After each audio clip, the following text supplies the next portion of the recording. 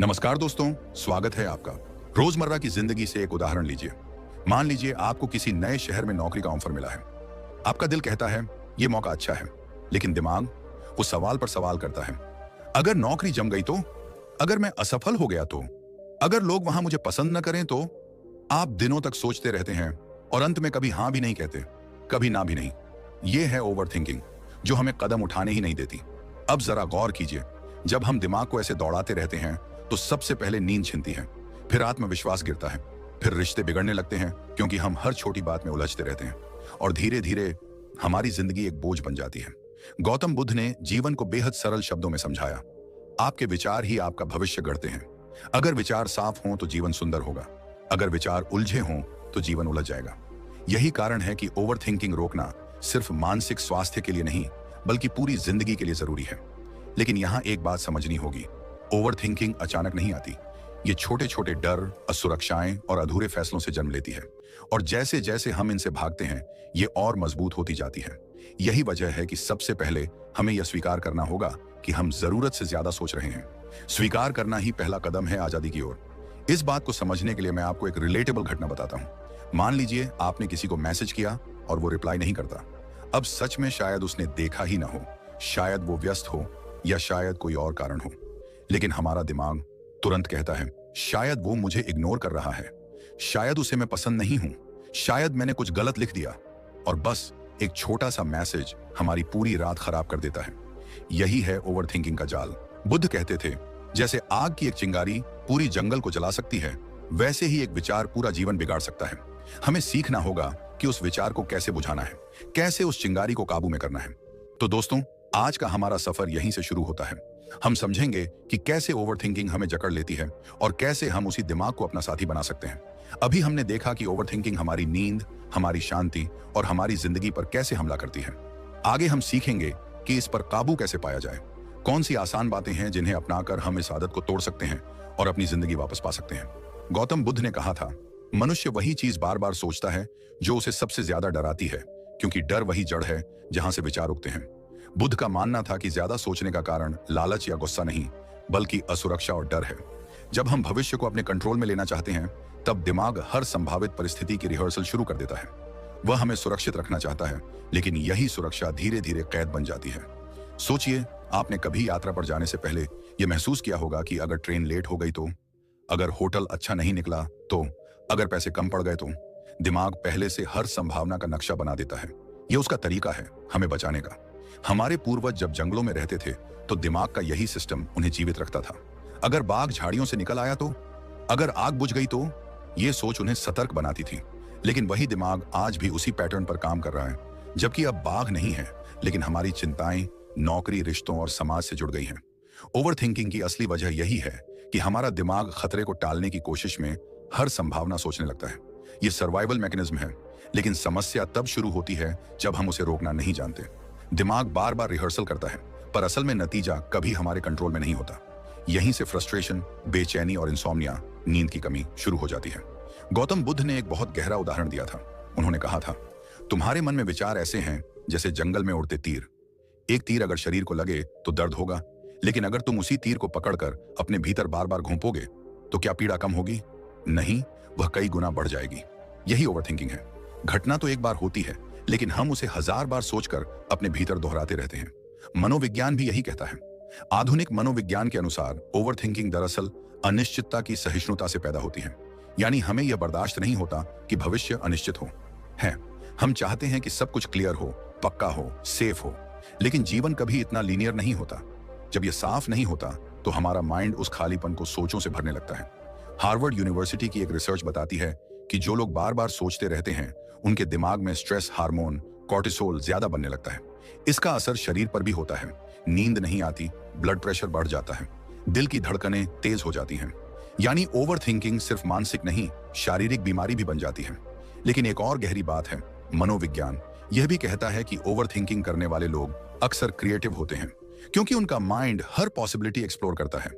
लेकिन अगर वे इस सोच को डायरेक्शन नहीं देते तो वही क्रिएटिविटी चिंता में बदल जाती है। जैसे कि एक इंसान एग्जाम की तैयारी कर रहा है, अगर वह अपने दिमाग को उपयोगी सोच में लगाएगा तो वह बेहतर नोट्स बनाएगा।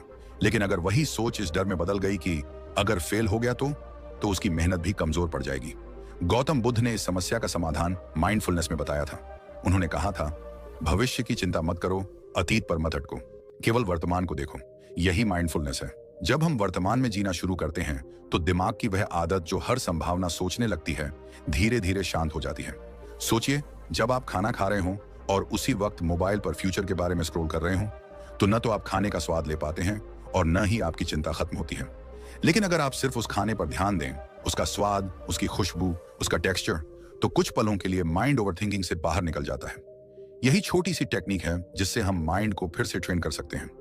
ओवरथिंकिंग की एक और वजह है कंट्रोल की चाह।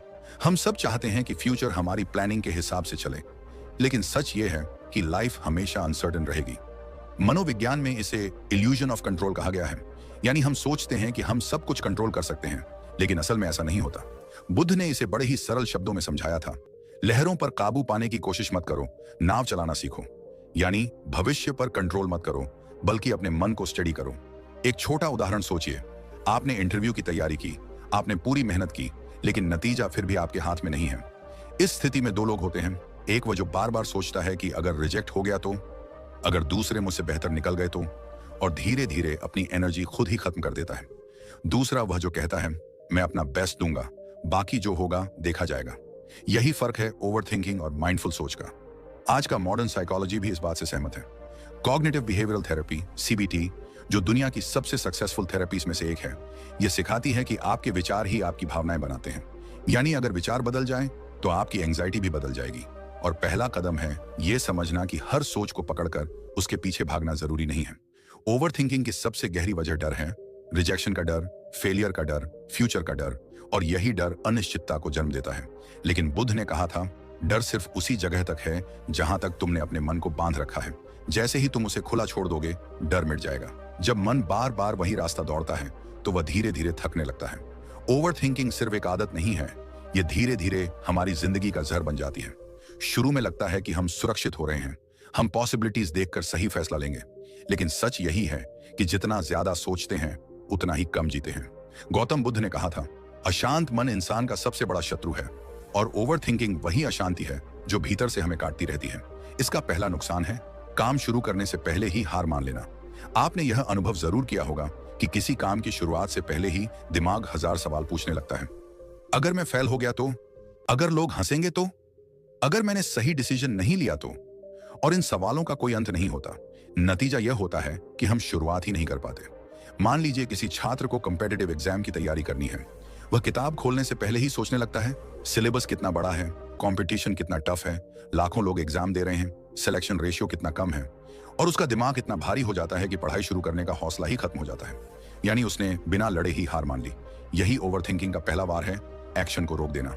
बुद्ध ने इस पर एक उदाहरण दिया था।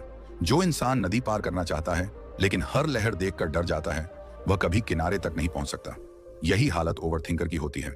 वह इतना सोचता है कि पहला कदम उठाने से पहले ही हार जाता है। दूसरा बड़ा नुकसान है थकान और एनर्जी का खत्म हो जाना। सोचिए, शरीर काम नहीं कर रहा लेकिन दिमाग लगातार दौड़ रहा है। यही मेंटल फटीग है। जब मन बार बार सोचता है तो ऊर्जा का रिसाव होने लगता है।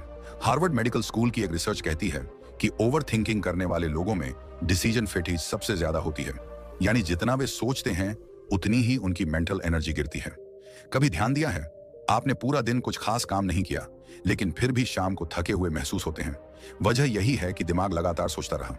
आपने फ्यूचर के बारे में प्लानिंग की, वर्स्ट केस सिनारियो इमेजिन किए, दूसरों के वर्ड्स बार बार दोहराए, और इसी में एनर्जी खर्च होती रही। शरीर से नहीं, दिमाग से थकान आई। गौतम बुद्ध ने कहा था, तुम्हारा मन ही तुम्हारी ऊर्जा का स्रोत है। यदि तुम उसे व्यर्थ में बहाओगे तो खालीपन ही बचेगा। यही होता है ओवरथिंकिंग से। हम एनर्जी उन कामों में खर्च कर देते हैं जो वास्तव में हुए ही नहीं। तीसरा और सबसे खतरनाक नुकसान है आत्मविश्वास होने के बावजूद कदम ना उठा पाना। यह सबसे बड़ा दुख है। सोचिए, एक इंसान के पास नॉलेज भी है, स्किल भी है, चांस भी है, लेकिन केवल इसलिए चूक जाता है क्योंकि उसका मन ओवरथिंकिंग की जंजीरों में बंधा हुआ था। उदाहरण के लिए, किसी को मंच पर भाषण देना है, उसने तैयारी की है, वर्ड्स याद हैं, मैसेज क्लियर है, लेकिन मंच पर जाने से ठीक पहले उसका दिमाग कहने लगता है, अगर शब्द भूल गया तो, अगर ऑडियंस ने मजाक उड़ाया तो, अगर मैं बीच में रुक गया तो। और परिणाम यह होता है कि वह बोलने की हिम्मत ही नहीं करता। आत्मविश्वास होते हुए भी कदम नहीं उठ पाता। बुद्ध ने कहा था, सोच विचार करना आवश्यक है, लेकिन सोच के बोझ तले दबना मूर्खता है। यही फर्क है। सोच इंसान को आगे बढ़ाती है, लेकिन ओवर थिंकिंग इंसान को जकड़ देती है। मनोविज्ञान भी इस नुकसान को बहुत गंभीर मानता है। साइकोलॉजी टुडे में छपी एक स्टडी बताती है कि ओवर थिंकिंग डिसीजन पैरालिसिस पैदा करता है।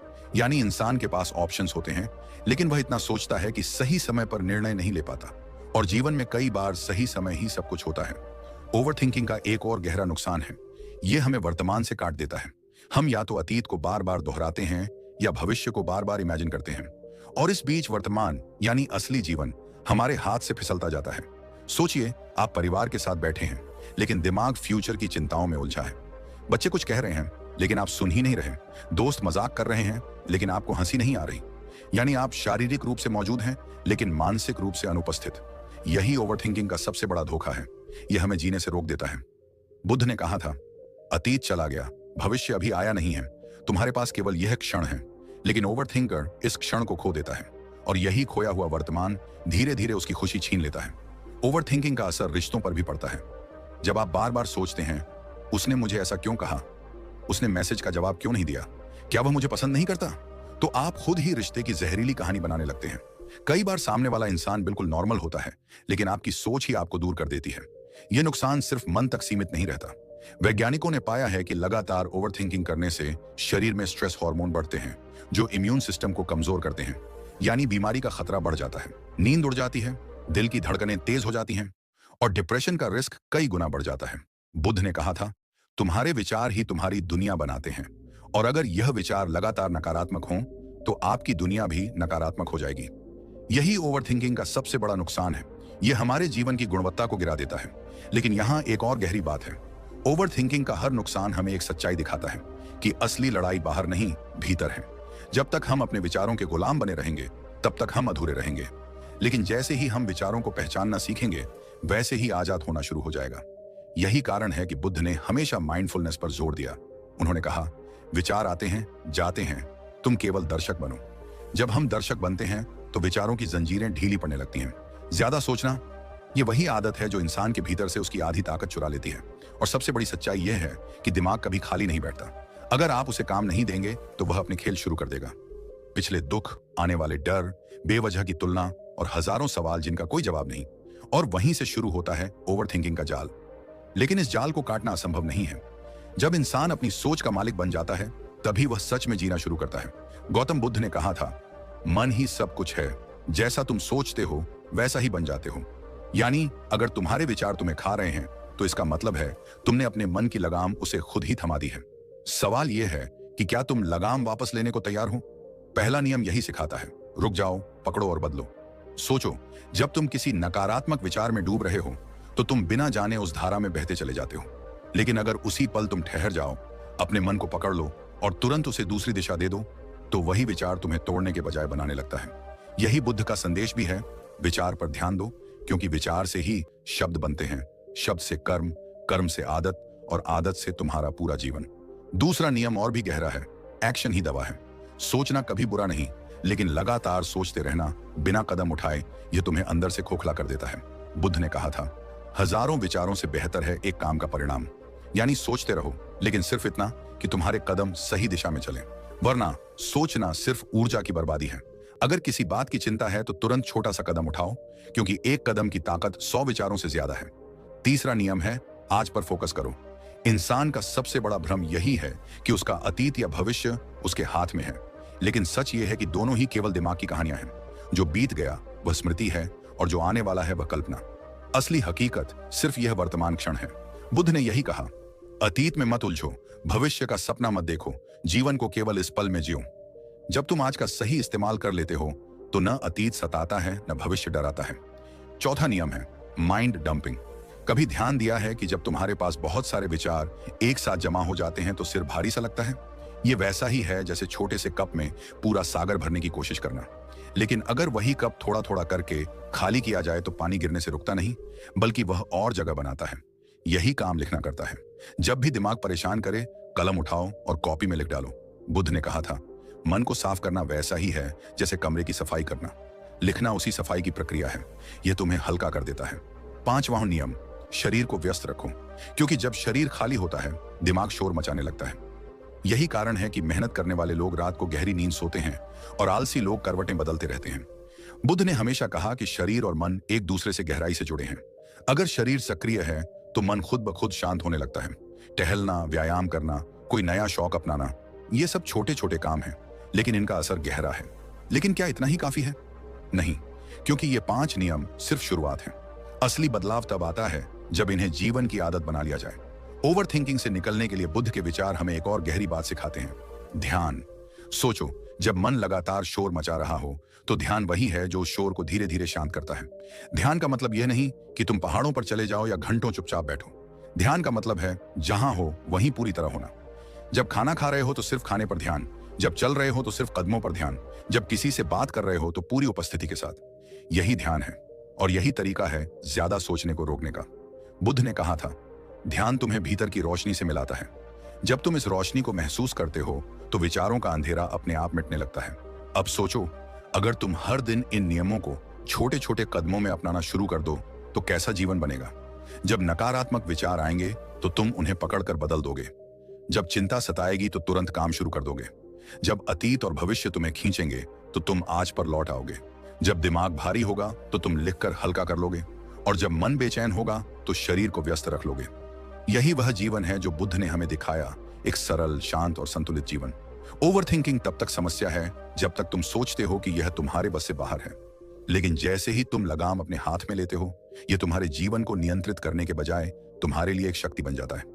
दोस्तों, आज दुनिया में सबसे बड़ी बीमारी यह नहीं है कि लोग बीमार पड़ रहे हैं, बल्कि यह है कि लोग सोचते सोचते खुद को बीमार बना रहे हैं। और इस बीमारी की दवा बाहर नहीं, भीतर है। इन 5 नियमों को याद रखो, बुद्ध के विचारों को याद रखो, और सबसे ज्यादा अपने वर्तमान क्षण को याद रखो, क्योंकि जब तुम इस क्षण में जीना सीख जाते हो तब न कोई विचार तुम्हें तोड़ सकता है, न कोई चिंता तुम्हें हरा सकती है। दोस्तों, जरा सोचिए, हर रोज सुबह जब हम आंखें खोलते हैं तो क्या होता है? अलार्म बजता है, मोबाइल हाथ में आता है और दिमाग की दौड़ भी उसी समय शुरू हो जाती है। आज ऑफिस देर ना हो जाए, कल का काम अधूरा रह गया, भविष्य में क्या होगा, लोग मेरे बारे में क्या सोचते होंगे। यही है ओवर थिंकिंग का असली बीज। ये किसी बड़े पल में नहीं, बल्कि हमारे छोटे छोटे रोजमर्रा के कामों में पनपता है। गौतम बुद्ध ने कहा था, मनुष्य अपने विचारों से ही बन जाता है और उन्हीं विचारों से मुक्त भी हो सकता है। मतलब, समस्या यह नहीं है कि हमारे पास विचार आते क्यों हैं, समस्या यह है कि हम उन विचारों को पकड़कर बैठ जाते हैं जैसे कोई बच्चा खिलौने को छोड़ने को तैयार ही ना हो। आज की दुनिया की एक सबसे बड़ी आदत है हर बात पर कंट्रोल करने की कोशिश। मान लो आप ऑफिस जा रहे हो और रास्ते में ट्रैफिक जाम लग गया। आपके हाथ में क्या है? जाम हटाना? बिल्कुल नहीं। लेकिन फिर भी मन दौड़ने लगता है, काश मैंने दूसरा रास्ता लिया होता, अब तो बॉस डांट देंगे, मेरा दिन खराब हो जाएगा। आप देख रहे हो समस्या ट्रैफिक है, लेकिन दिमाग ने उसमें भविष्य, डर और असफलता सब जोड़ दिया। यही है ओवर थिंकिंग। इसका असर क्या होता है? एक छोटी सी स्थिति आपको इतना थका देती है कि जब असली काम पर पहुंचते हो तो ऊर्जा पहले ही खत्म हो चुकी होती है, और फिर आप खुद सोचते हो, मैं इतना थका क्यों महसूस कर रहा हूं। अब एक कहानी सुनो। एक युवक था जो हर काम करने से पहले इतना सोचता था कि कभी शुरुआत ही नहीं कर पाता। वह बिजनेस शुरू करना चाहता था, लेकिन महीनों सिर्फ यही सोचता रहा, अगर घाटा हो गया तो, अगर लोग हंसे तो, अगर पैसा डूब गया तो। और अंत में हुआ क्या? बिजनेस शुरू ही नहीं हुआ। एक दिन उसने बुद्ध का एक वाक्य पढ़ा, एक जलते हुए दीपक को लेकर चलने वाला अगर हवा से डरकर दीपक को ही बुझा दे तो अंधेरे में वही सबसे पहले खो जाता है। यह सुनकर उसकी समझ में आया कि वह अपने ही डर से अपने रास्ते को अंधेरा कर रहा था। उस दिन उसने बिना सोचे पहला कदम उठाया, और वही शुरुआत उसकी जिंदगी की सबसे बड़ी सीख बन गई। आज मनोविज्ञान भी यही कहता है कि ओवर थिंकिंग का असली कारण है भविष्य को कंट्रोल करने की चाह। इंसान सोचता है कि अगर वह हर संभावना पहले से दिमाग में घुमा लेगा तो आने वाले संकट से बच जाएगा, लेकिन हकीकत इसके उलट है। जितना आप सोचते हैं उतना ही डर और असुरक्षा बढ़ती है। अब सोचो, यही आदत रिश्तों में कैसी दिखती है। मान लो आपके दोस्त ने आपके मैसेज का जवाब देर से दिया, तुरंत दिमाग में कहानियां बनने लगती हैं। शायद वह मुझसे नाराज है, शायद मैंने कुछ गलत कहा होगा, शायद अब वह मुझसे दूरी बना रहा है। और बाद में जब वह दोस्त कहता है, अरे यार बैटरी खत्म थी इसलिए रिप्लाई नहीं कर पाया, तो आपको खुद पर हंसी आती है। लेकिन तब तक दिमाग कई घंटे तक उस छोटे से मुद्दे को पहाड़ बना चुका होता है। गौतम बुद्ध ने इसी स्थिति के बारे में कहा था, तुम्हारा मन एक बंदर की तरह है जो एक डाल से दूसरी डाल पर कूदता रहता है। अगर तुम उसे काबू में न लाओ तो वह तुम्हें थका देगा। दोस्तों, ओवर थिंकिंग के सबसे खतरनाक परिणामों में से एक है काम शुरू करने से पहले ही हार मान लेना। कितने लोग हैं जो कहते हैं, मैं जिम जाना चाहता हूं, मैं पढ़ाई करना चाहता हूं, मैं नया प्रोजेक्ट शुरू करना चाहता हूं, लेकिन फिर सोचने लगते हैं, क्या होगा अगर मैं फेल हो गया? लोग हंसेंगे, मेरा मजाक बनेगा। और नतीजा यह कि शुरुआत ही नहीं होती। इसे ऐसे समझो जैसे कोई तैरना सीखना चाहता है, लेकिन पानी में उतरने से पहले ही वह सोचने लगे, क्या होगा अगर मैं डूब गया? क्या होगा अगर लोग देख रहे होंगे? और इसी सोच में कभी पानी में कदम ही नहीं रखता। नतीजा यह है कि वह कभी तैरना सीख ही नहीं पाता। बुद्ध ने कहा था, तुम कितनी भी दूरी तक रास्ते को देखना चाहो, वह अंधेरे में रहेगा जब तक तुम पहला कदम नहीं उठाते। यानी काम करने से पहले सब कुछ जान लेना असंभव है, लेकिन कदम उठाने से ही रास्ता खुलता है। आजकल की दुनिया की एक और समस्या है थकान और एनर्जी का खत्म हो जाना। सोचो, आप पूरे दिन सिर्फ सोचते रहे कि मुझे प्रेजेंटेशन बनानी है, मुझे क्लाइंट से बात करनी है, मुझे एग्जाम की तैयारी करनी है, लेकिन किया क्या? सिर्फ सोचते रहे। नतीजा यह है कि जब असली वक्त आता है तो शरीर और दिमाग पहले ही थके हुए होते हैं। यह थकान असल काम से नहीं आती, यह थकान आती है बिना रुके सोचने से। अब आपको एक लड़की की कहानी सुनाता हूं। वह कॉलेज में हर समय चिंतित रहती थी। पढ़ाई शुरू करने से पहले ही सोचती, यह चैप्टर बहुत कठिन होगा, मैं इसे समझ नहीं पाऊंगी।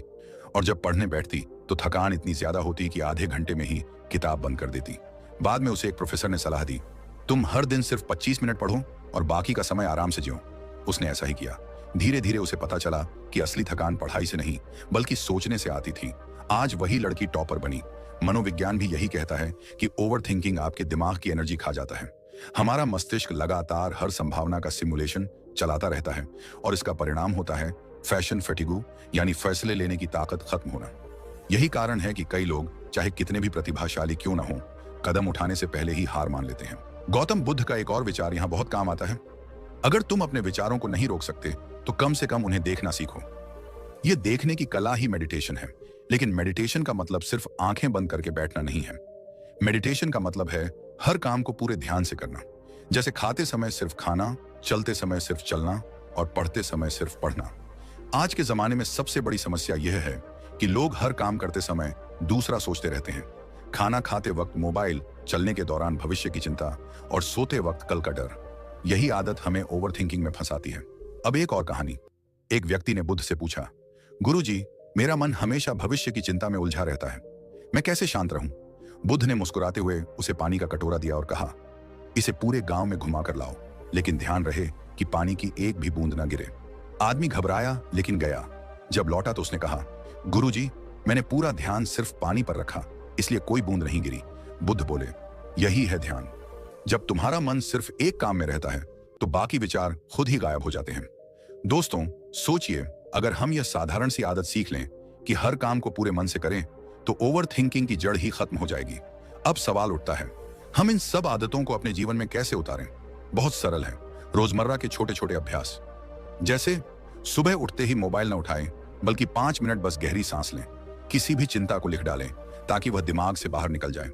जब भी दिमाग दौड़े, खुद से कहें, ठहरो, ये सच नहीं है, ये सिर्फ एक विचार है।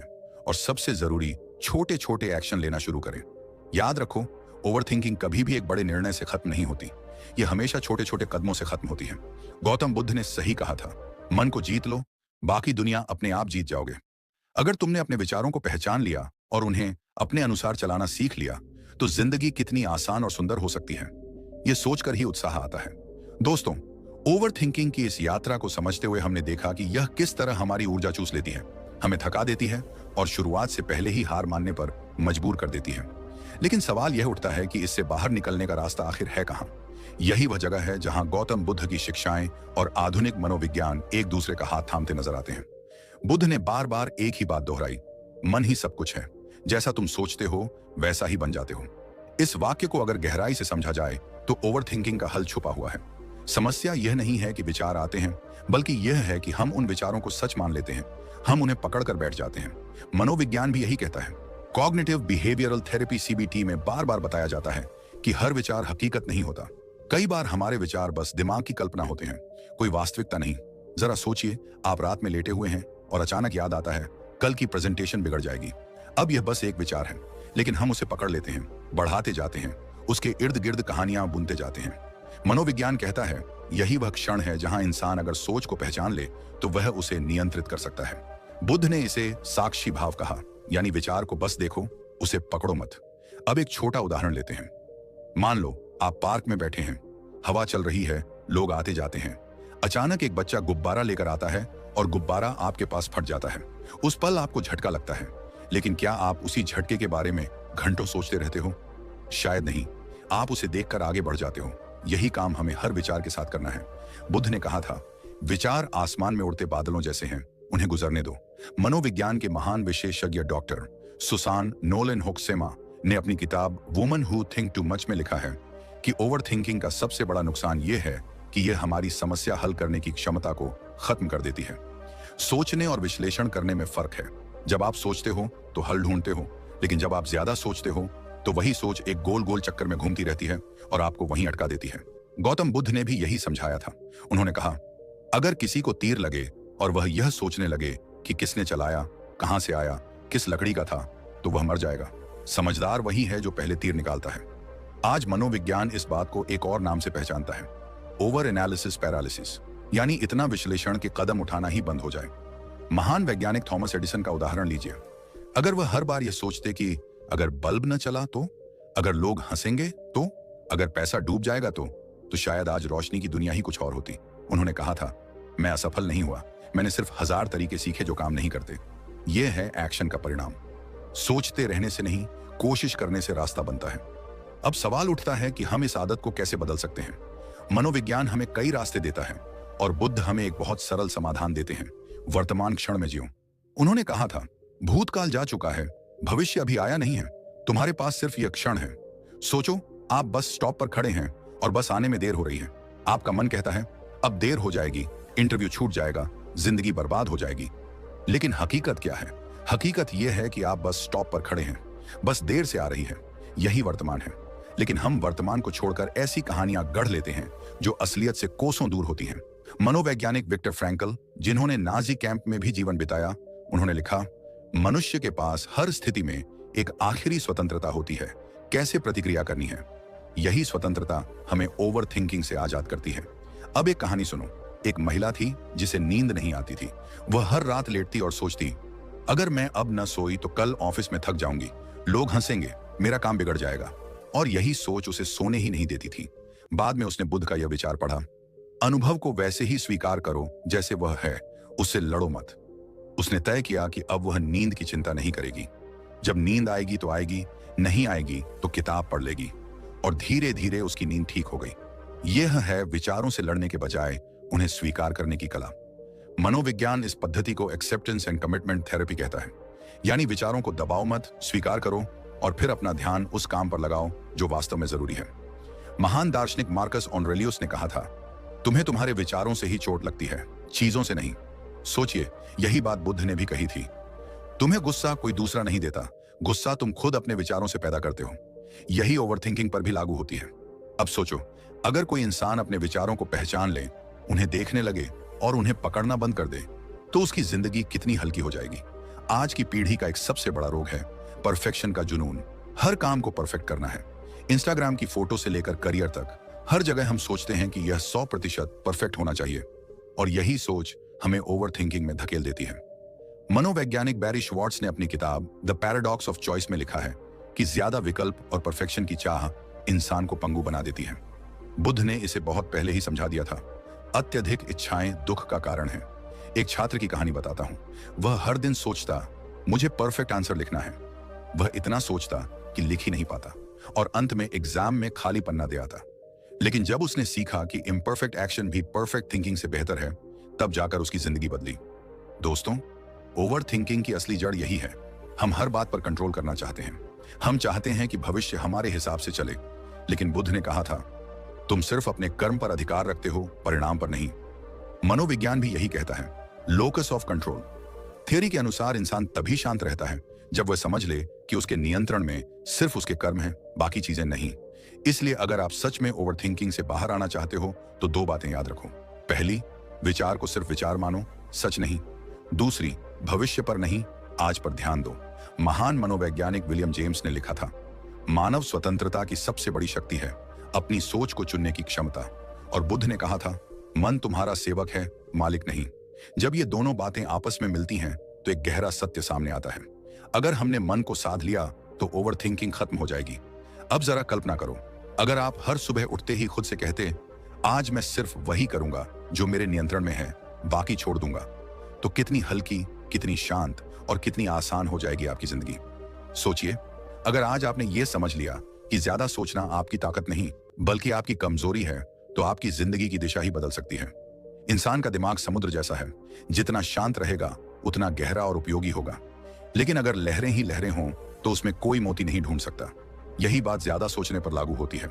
जब हम हर छोटी बड़ी बात पर ओवर थिंकिंग करते हैं तो हम उस समुद्र में बस लहरें पैदा करते रहते हैं और असली खजाना यानी हमारे विचारों की सच्ची शक्ति हमसे दूर चली जाती है। गौतम बुद्ध ने कहा था, जिसे तुम बार बार सोचते हो वैसा ही तुम बन जाते हो। यानी अगर आप डर के बारे में सोचते रहेंगे तो डरपोक बनेंगे। अगर आप शक और असफलता के बारे में सोचते रहेंगे तो आत्मविश्वास खो बैठेंगे। लेकिन अगर आप सकारात्मकता, कर्म और सादगी के बारे में सोचेंगे तो आपका पूरा जीवन रोशनी से भर जाएगा। आज विज्ञान भी यही कहता है कि ज्यादा सोचने से हमारा दिमाग सर्वाइवल मोड में चला जाता है। हम समस्या हल नहीं करते बल्कि बस समस्या के इर्द गिर्द घूमते रहते हैं। यही कारण है कि मनोविज्ञान सलाह देता है कि हर इंसान को एक्शन की आदत डालनी चाहिए। सोचना बुरा नहीं है, लेकिन बिना कार्रवाई के सोचना ऐसा है जैसे बीज तो बोया लेकिन कभी पानी ही नहीं डाला। दोस्तों, अब वक्त है फैसला लेने का। आप अपनी जिंदगी को ओवर थिंकिंग के जाल में फंसाकर खोना चाहते हैं या अपने दिमाग को साफ करके अपने विचारों को दिशा देकर एक नया जीवन जीना चाहते हैं? याद रखिए, समस्याएं हमेशा रहेंगी, अनिश्चितताएं भी रहेंगी, लेकिन आपका मन अगर मजबूत है तो कोई भी तूफान आपको हिला नहीं पाएगा। और अगर ये बातें आपके दिल को छू गई हों तो ये सफर यहीं खत्म नहीं होता। हमारे चैनल पर आपको ऐसी ही प्रेरणादायक बातें, जीवन बदलने वाली कहानियां और मनोविज्ञान व महान लोगों के विचार मिलते रहेंगे। अगर आप चाहते हैं कि आपकी जिंदगी सिर्फ चलती न रहे बल्कि चमके, तो अभी हमारे चैनल को सब्सक्राइब कर लीजिए और बेल आइकन दबाना मत भूलिए, ताकि अगली बार जब हम आपके लिए एक नई सोच, एक नई रोशनी लेकर आए तो सबसे पहले आप तक पहुंचे। क्योंकि याद रखिए, सोचना जरूरी है, लेकिन सही सोचना और सही समय पर रुकना, यही असली जीत है। धन्यवाद।